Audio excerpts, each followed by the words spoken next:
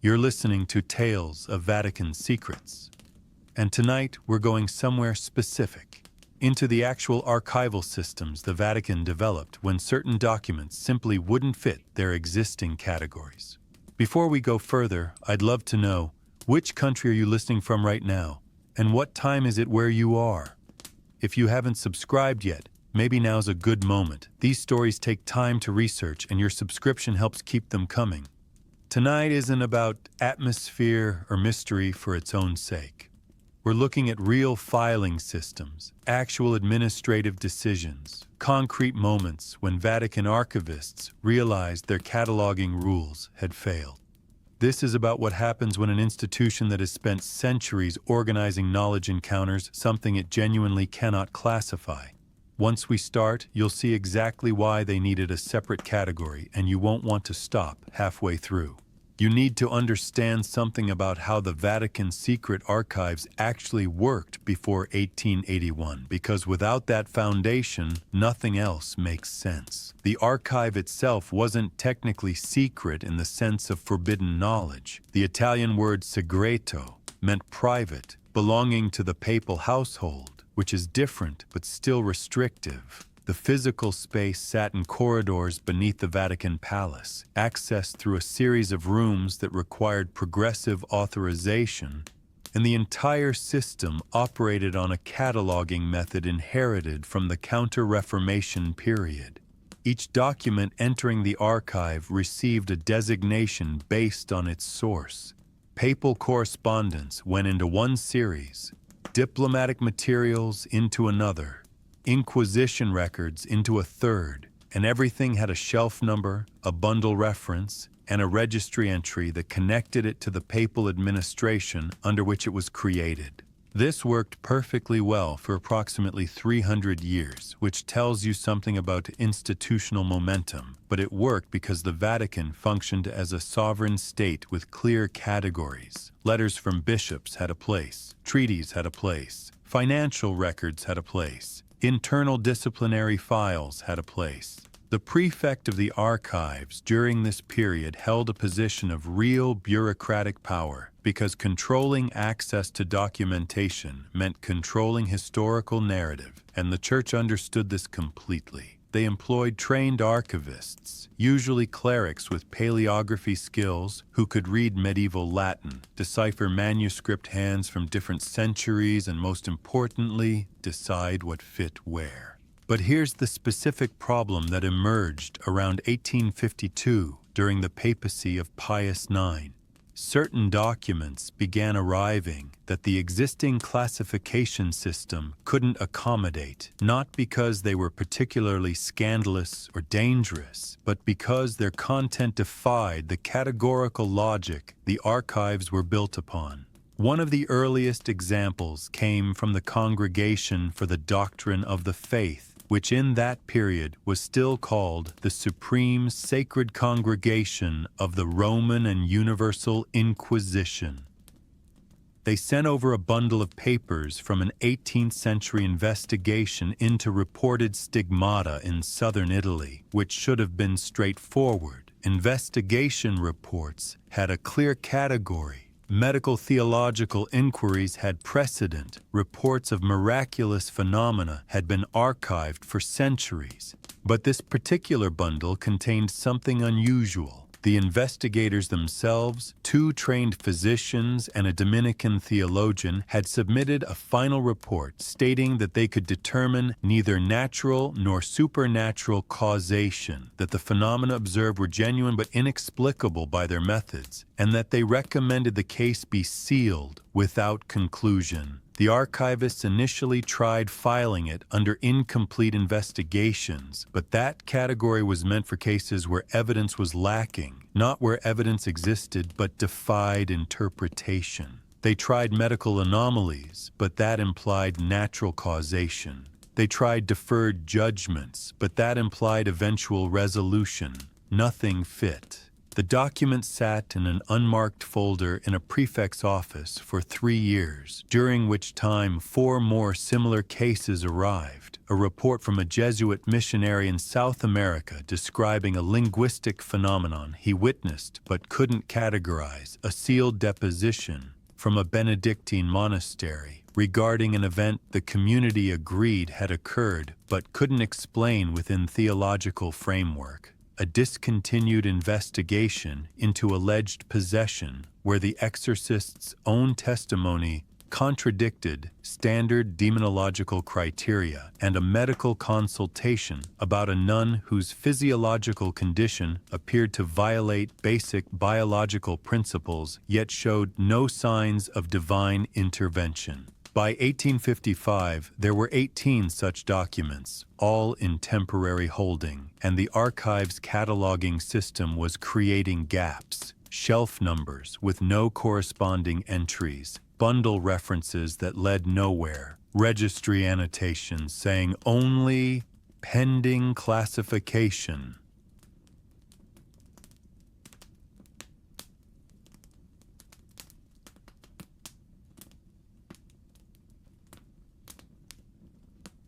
Wasn't sustainable. The first serious attempt at solving the problem came in 1859 when the then prefect, Marino Marini, proposed creating a subsection within the Congregational Archives called Investigationes Suspensae, suspended investigations, but this failed internal review because suspension implied the possibility of reopening, and these cases weren't suspended. They were concluded as inexplicable. Some historians quietly disagree about whether Marini actually understood the categorical problem or simply wanted to clear his backlog, but his correspondence with the Secretary of State shows he recognized the distinction between an incomplete investigation and one completed with an inexplicable conclusion. The next proposal came in 1863, suggesting a classification called res extraordinariae, extraordinary matters, but this was rejected because extraordinary implied exceptional rarity, and by that point, 23 more cases had accumulated, one every 3 or 4 months, which suggested a pattern rather than anomaly. The real consequence here wasn't just administrative inconvenience, it was that the Vatican's entire archival philosophy rested on the assumption that all reality could be categorized within their theological and administrative framework. If certain documented events couldn't be filed properly, it raised uncomfortable questions about whether that framework was complete. You have to remember this was happening during the same period when the Papal States were collapsing politically, when the First Vatican Council was being prepared, when the Church was fighting rearguard actions against both Italian nationalism and scientific materialism. So an internal admission that their own classification system had failed, even just in archival terms, carried weight beyond simple paperwork. By 1867, the backlog had grown to 41 documents, and they were being stored in a locked cabinet in the Apostolic Penitentiary's office, which was inappropriate because that office dealt with confidential confessional matters, not archival overflow. The physical reality was that these papers existed. They documented real investigations and real conclusions, and they were creating an unacknowledged gap in the Vatican's own institutional memory. The actual turning point came in 1881, and it's important to be precise about this because the date matters for understanding what changed. In that year, Pope Leo III issued a decree opening large portions of the Vatican secret archives to qualified scholars for the first time in history. Not all of it, not without restrictions, but enough to represent a massive shift in transparency. The decree itself, dated August 18, 1881, stated that historians with proper credentials could access materials up to the end of the pontificate of Pius VII, meaning everything before 1823, which gave researchers access to centuries of previously closed documentation. This decision came from Leo XIII's belief that the Church's historical record would vindicate itself under scholarly scrutiny, that transparency would counter anti-Catholic historiography, and that controlled academic access posed less risk than the persistent rumors about what the archives contained. But here's the mechanical problem this created. When you open archives to external researchers, you need a coherent classification system because scholars need to request specific documents, and requests require catalog references, which require categories that make sense. The old system designed for internal clerical use had always accommodated a certain amount of informal understanding. An archivist might know that certain bundles existed in practical terms even if the catalog was vague, that certain materials were stored with related correspondence even without formal classification, that gaps in numbering systems reflected deliberate omissions everyone silently understood. Once external academics arrived, that informal structure couldn't hold. Researchers would request documents by catalog number and receive materials that didn't match the category description. They would notice gaps in chronological sequences and ask why. They would compare registry entries to shelf contents and find discrepancies. The 41 unexplained documents from the previous decades had grown to 58 by 1881, and they were about to become a visible problem. The newly appointed prefect, Augustino Thiner, recognized this immediately, though some historians quietly disagree about whether he raised it himself or was forced to address it by pressure from the newly arrived scholars. Either way, the institutional response began in late 1881 with a commission of 3 archivists tasked with reviewing all pending or improperly classified materials and proposing a solution. Their working papers, which weren't made public but were referenced in later internal Vatican correspondence, identified the core issue. These documents weren't hidden because they were scandalous. They were liminal because they documented phenomena that the Church's own investigators had authenticated but couldn't explain within existing theological categories. The difference mattered. A scandalous document could be restricted under access rules. A theologically problematic document could be sealed for doctrinal reasons. But a document that was simply inexplicable had no precedent for handling. The Commission's first recommendation, submitted in January 1882, proposed incorporating these materials into the general collection with a special annotation, a marginal note indicating classification under review. But this was rejected because it would make the problem visible to researchers, inviting exactly the kind of speculation the archive reform was meant to avoid. Their second recommendation suggested distributing the documents across existing categories based on their physical format: medical reports with medical files, missionary correspondence with missionary archives, regardless of content coherence. But this was also rejected because it violated the fundamental principle of archival integrity, the idea that documents should be grouped by their relationship to each other, not just their physical form. The third recommendation, which finally gained traction, came from one of the junior archivists, a Barnabite priest named Carlo Vercelloni, who specialized in manuscript cataloging. He proposed creating what he called a series supplementaria, a supplementary series that would exist within the archive structure but outside the normal categorical hierarchy. Documents placed there would have proper shelf numbers and catalog entries, making them technically accessible, but the category itself would be defined by exclusion rather than inclusion. It was for materials that had been investigated and documented through official church channels, but whose contents resisted explanation within standard theological, medical, or natural philosophical frameworks. The key institutional innovation was that this category wouldn't indicate incomplete investigation or pending judgment. It would indicate completed investigation with an inexplicable conclusion, which was a genuinely new archival concept. The proposal went through 4 revisions between February and May, 1882, primarily concerning how much detail the catalog entries should provide. Too much detail would invite sensational interest. Too little would make the category functionally invisible, defeating the purpose of proper archival management. The final version specified that entries would include the document's origin, date, investigating authority, and general subject category, but would not summarize conclusions or describe specific phenomena. A researcher requesting access would need to justify their scholarly purpose and would review materials under supervision, with the understanding that some documents in the series might be deemed inappropriate for their particular research focus at the archivist's discretion.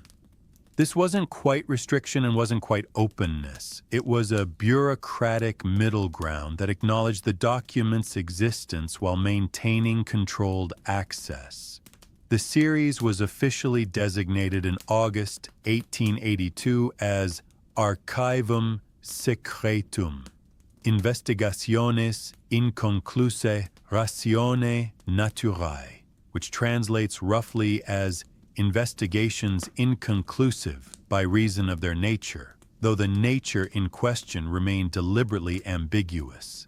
The physical storage location was assigned to Shelf 94 in the Gallery of the Dataria, which was one of the longer corridors in the archive complex, with good environmental conditions for document preservation and a location that required passing through 2 secured reading rooms to access.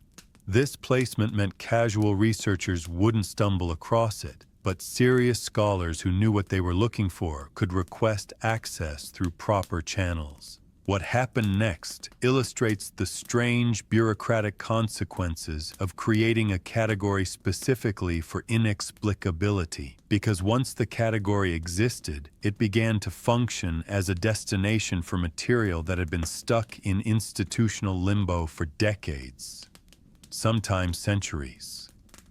Between 1882 and 1890, the series grew from the original 58 documents to 217, which tells you that Vatican offices had been holding on to unexplained materials far longer than anyone had formally acknowledged. Some of these additions came from the Congregation for the Causes of Saints, which had multiple cases where reported miracles during canonization investigations were documented by credible witnesses, but failed to meet the specific evidential criteria the congregation required, not because they were fraudulent, but because they were ambiguous in ways the canonical process couldn't accommodate.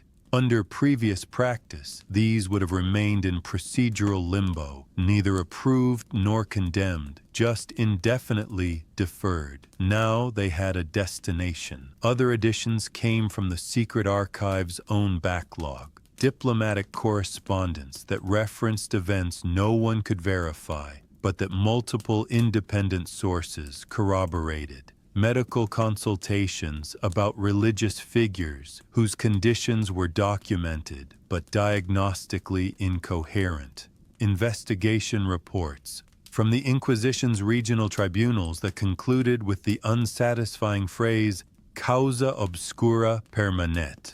The cause remains obscure, which was bureaucratic language for giving up.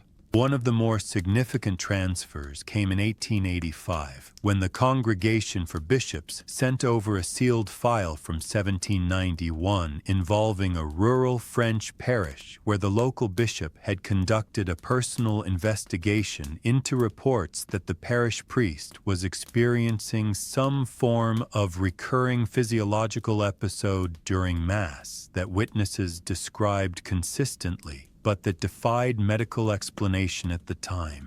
The bishop's report, written in his own hand, stated clearly that he believed the priest to be sincere, that he had observed one such episode himself, that it was neither fraudulent nor explicable by the medical knowledge available to him, and that he was sealing the matter without judgment because he lacked the framework to judge it. This wasn't a case of demonic possession. The bishop explicitly ruled that out. And it wasn't a case of divine intervention. No one claimed miraculous status. It was simply an observed phenomenon that the investigating authority couldn't categorize. For 94 years, that file had sat in the congregation's archives marked non-resolvable. And only after the supplementary series was created did it have a proper archival home.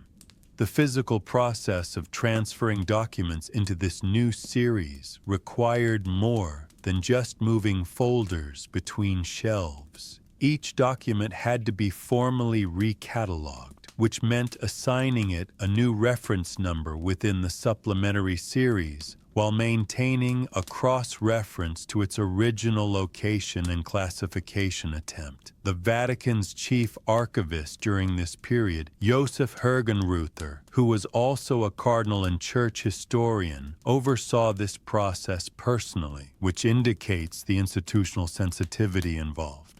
Hergenruther's private correspondence with other Vatican officials, some of which has since been studied by historians, shows he understood the theological implications of what they were doing. By creating an archival category for the inexplicable, the Church was implicitly admitting that its interpretive framework had limits, that certain documented realities existed outside the boundaries of both natural philosophy and revealed theology. This was uncomfortable for an institution that claimed comprehensive interpretive authority.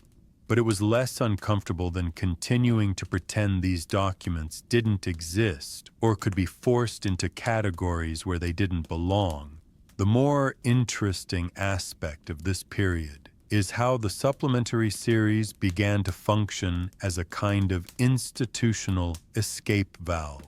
When church investigators encountered something genuinely confusing, not heretical, not miraculous, just confusing, they now had a procedural option beyond the traditional binary of approval or condemnation. A report could be completed, filed, cataloged, and essentially set aside without implying judgment on the phenomenon itself. Some historians quietly disagree about whether this represented intellectual humility or bureaucratic evasion, but the practical effect was the same. It created space for documented ambiguity within an institution that had historically demanded doctrinal certainty. By 1890, the supplementary series included materials dating back to the 16th century, which meant archivists were conducting active historical research within the Vatican's own collections, looking for older cases that fit the new category's parameters. One such discovery came from the Apostolic Penitentiary's records from 1644, involving a sealed confession case where the presiding official had noted that the penitent described experiences that, if true, contradicted the confessor's theological understanding of how grace operated, but the penitent showed no signs of heresy or delusion. The confessor had written a private memo to his superior stating he believed the penitent but couldn't reconcile the testimony with doctrine, and recommended the case be sealed without resolution. For 246 years, that memo had been in a bundle marked confidential, inaccessible even to later archivists because it was protected by confessional seal. Only when the supplementary series was created did someone recognize that this fit the new category's definition, not because the confessional content would be revealed, but because the theological confusion it represented could be acknowledged without violating confidentiality. The document was transferred with identifying details removed, becoming a kind of abstract case study in theological ambiguity rather than a specific confession. This practice of transferring and recataloguing older materials continued through the 1890s, and by 1900 the supplementary series had grown to 431 documents, occupying 3 full shelves in the gallery of the Dataria and requiring a dedicated finding aid. A cataloging tool that helped researchers navigate the collection. which was itself somewhat paradoxical since the category was defined by its resistance to standard navigation.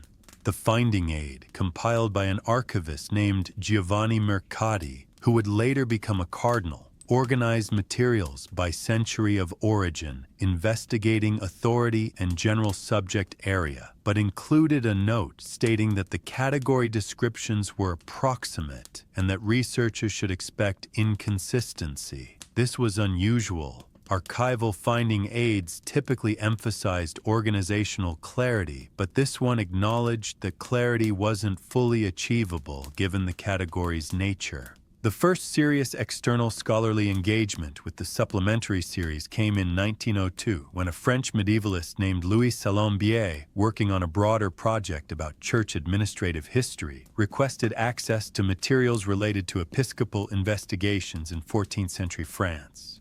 The archivist assisting him mentioned that some relevant materials might be in the supplementary series, which Salambier hadn't heard of. When he asked what it contained, the archivist gave him the standard explanation: documents from completed investigations that reached inconclusive results due to the nature of the phenomena investigated.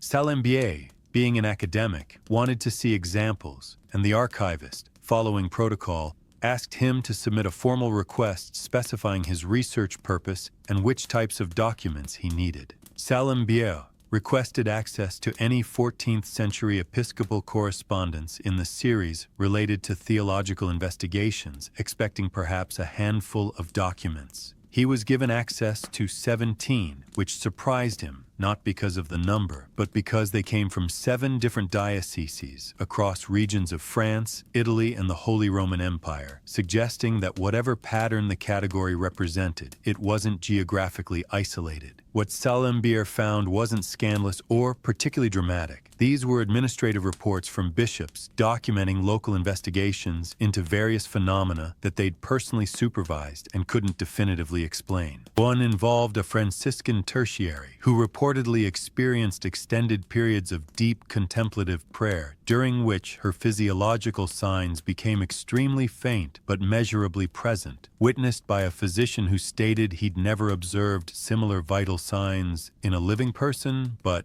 couldn't declare her condition natural or supernatural. Another involved a parish dispute where multiple witnesses independently reported an unexplained event during a mass, but their descriptions, while consistent in timing and basic facts, varied enough in interpretation that the investigating bishop concluded the event occurred, but its nature remained ambiguous. Salambier published a brief article in 1904 about medieval episcopal administrative practices, and in it he mentioned in passing that the Vatican archives contained a collection of investigation reports that demonstrated a higher degree of administrative caution and epistemological humility than historians typically credited medieval bishops with having. He didn't describe the supplementary series in detail, and his article appeared in a specialized French journal on ecclesiastical history. But it was the first public acknowledgement by an external scholar that this category existed. The Vatican's response was telling. They didn't restrict access further, but they did revise the protocol for describing the series to researchers, emphasizing that it represented administrative procedure rather than theological content, that it documented investigative process rather than the phenomena investigated. This was a subtle distinction, but important. It framed the category as evidence of how the Church managed uncertainty, rather than as evidence of uncertain phenomena, which shifted the emphasis from content to method. Some historians quietly disagree about whether this was a deliberate rhetorical strategy or simply a natural way of describing archival materials, but the effect was to make the series appear more bureaucratic and less mysterious, which likely reduced sensational interest. Between 1902 and 1920, approximately 35 scholars accessed the supplementary series, almost all of them working on projects related to church administrative history, episcopal correspondence, or institutional development. Very few were researching the phenomena documented in the investigations themselves, which meant the category was functioning exactly as intended. It preserved documentary evidence, made it technically accessible, but didn't encourage the kind of speculative attention that might create public controversy. The physical arrangement of the archives helped maintain this balance. The supplementary series wasn't hidden, but reaching it required navigating enough bureaucratic process and physical space that only serious researchers with legitimate projects would persist.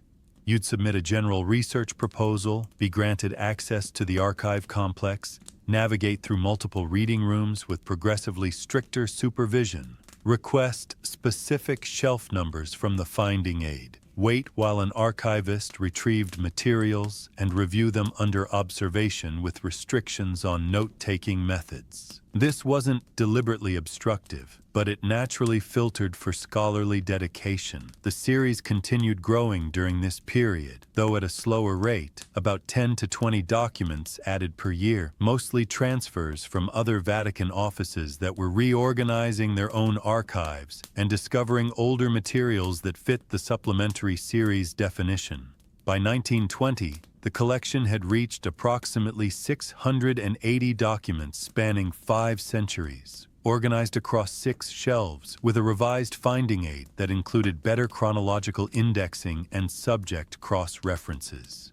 The institutional memory around the category had also solidified. Younger archivists who joined the Vatican staff learned about it as part of standard training, and it was mentioned in internal archival manuals as an example of how to handle materials that resisted conventional classification. It had become, in other words, a normal bureaucratic category, which was perhaps the strangest outcome of all. The Vatican had successfully bureaucratized the inexplicable. You're listening to Tales of Vatican Secrets.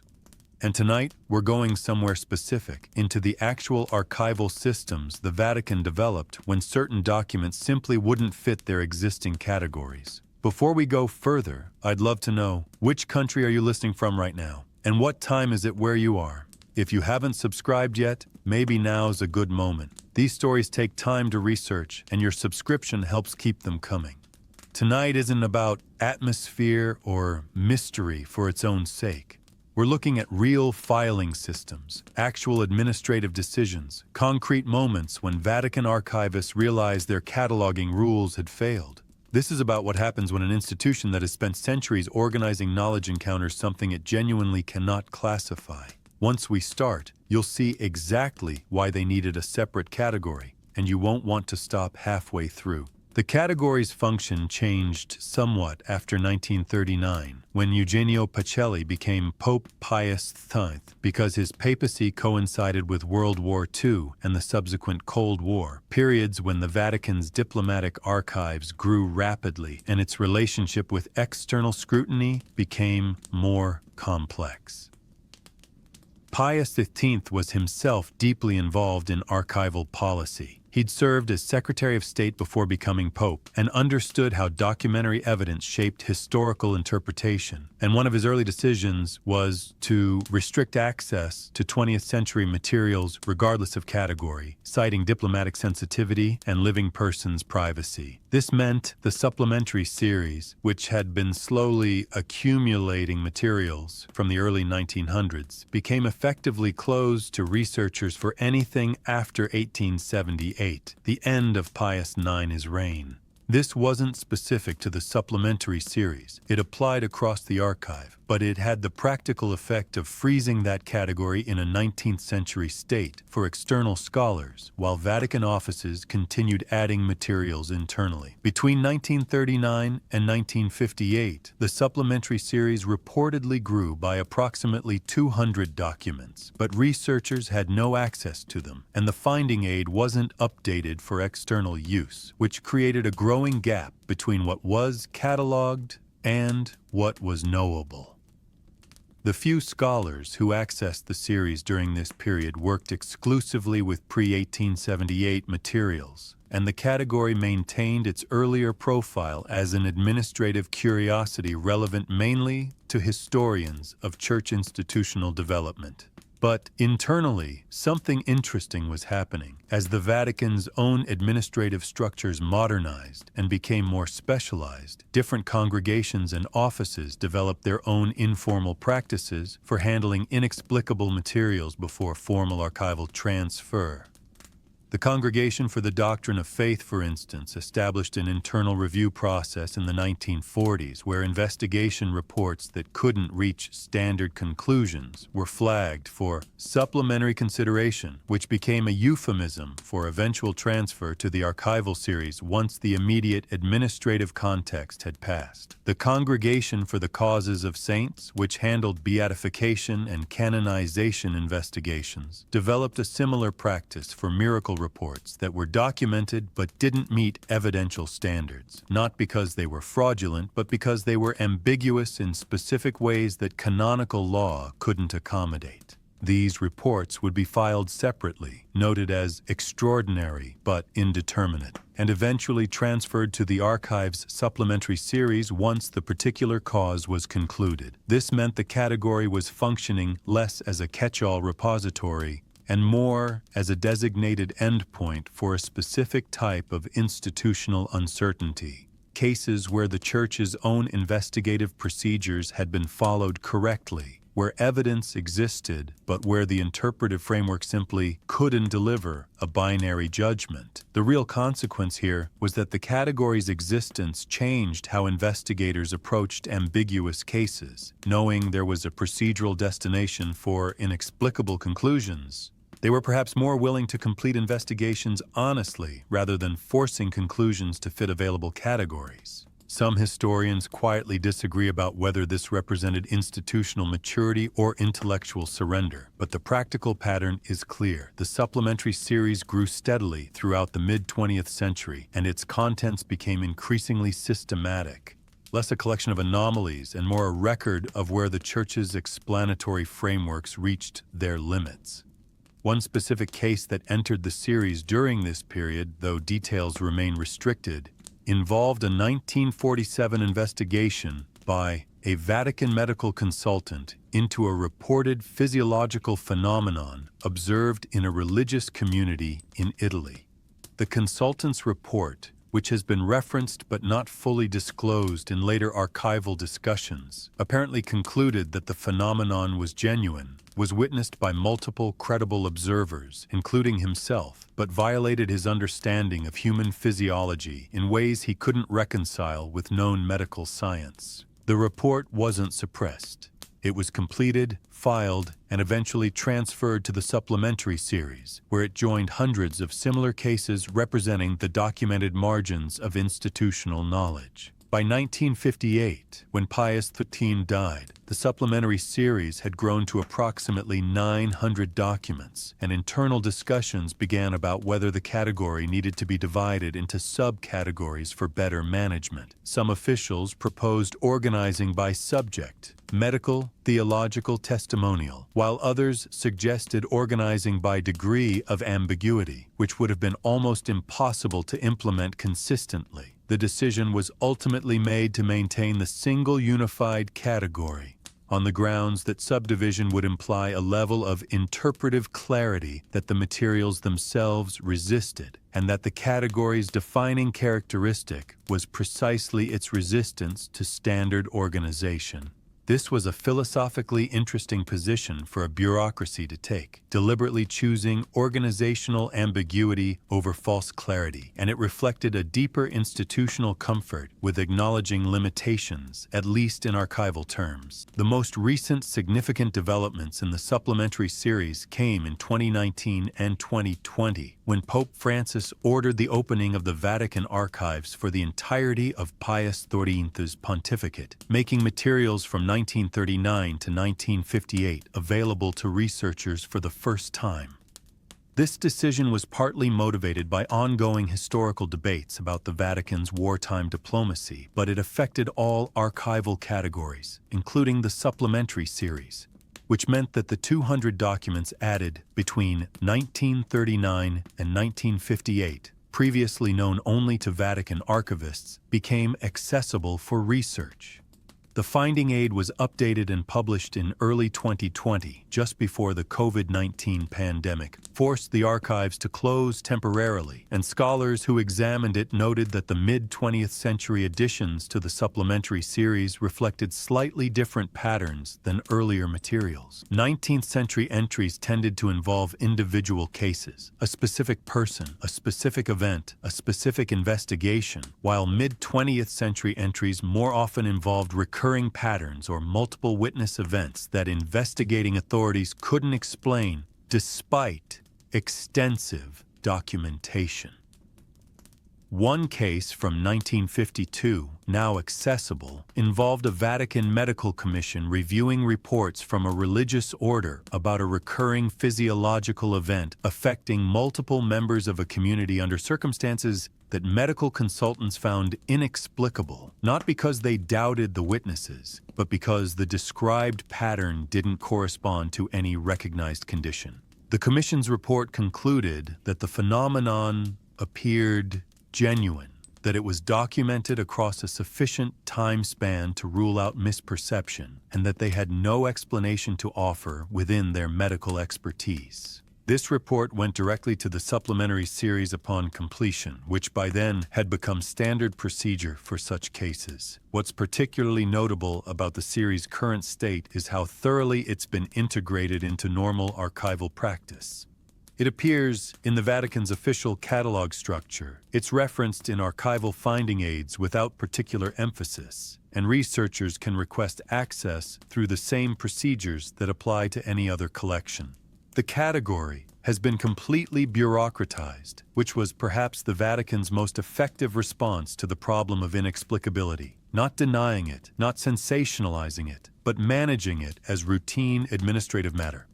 As of 2020, the supplementary series reportedly contained approximately 1,200 documents spanning from the 16th century to 1958, organized across 12 shelf sections in the archive's expanded storage facility.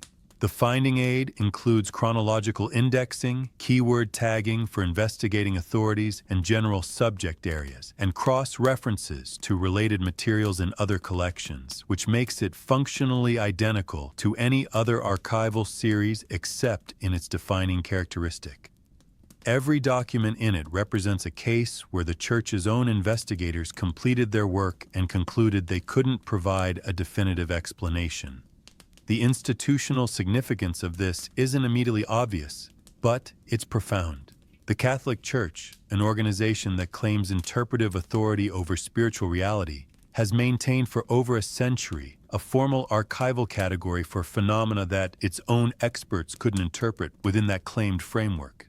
This isn't an admission of error or a confession of fraud. It's something stranger and more interesting, a bureaucratic acknowledgement that reality occasionally produces events that resist available categories, and that the appropriate institutional response is neither denial nor forced explanation, but rather careful documentation and honest uncertainty.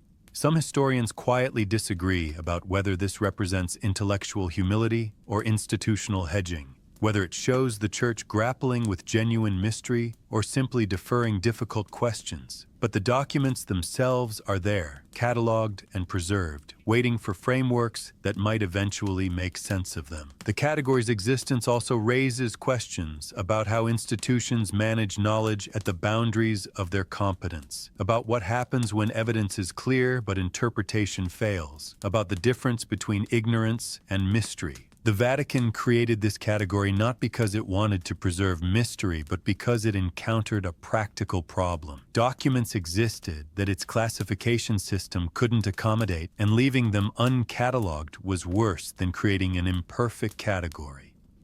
The solution was pragmatic, almost mundane, which is perhaps the most surprising aspect of this entire story. When faced with the genuinely inexplicable, the Vatican's response was bureaucratic procedure.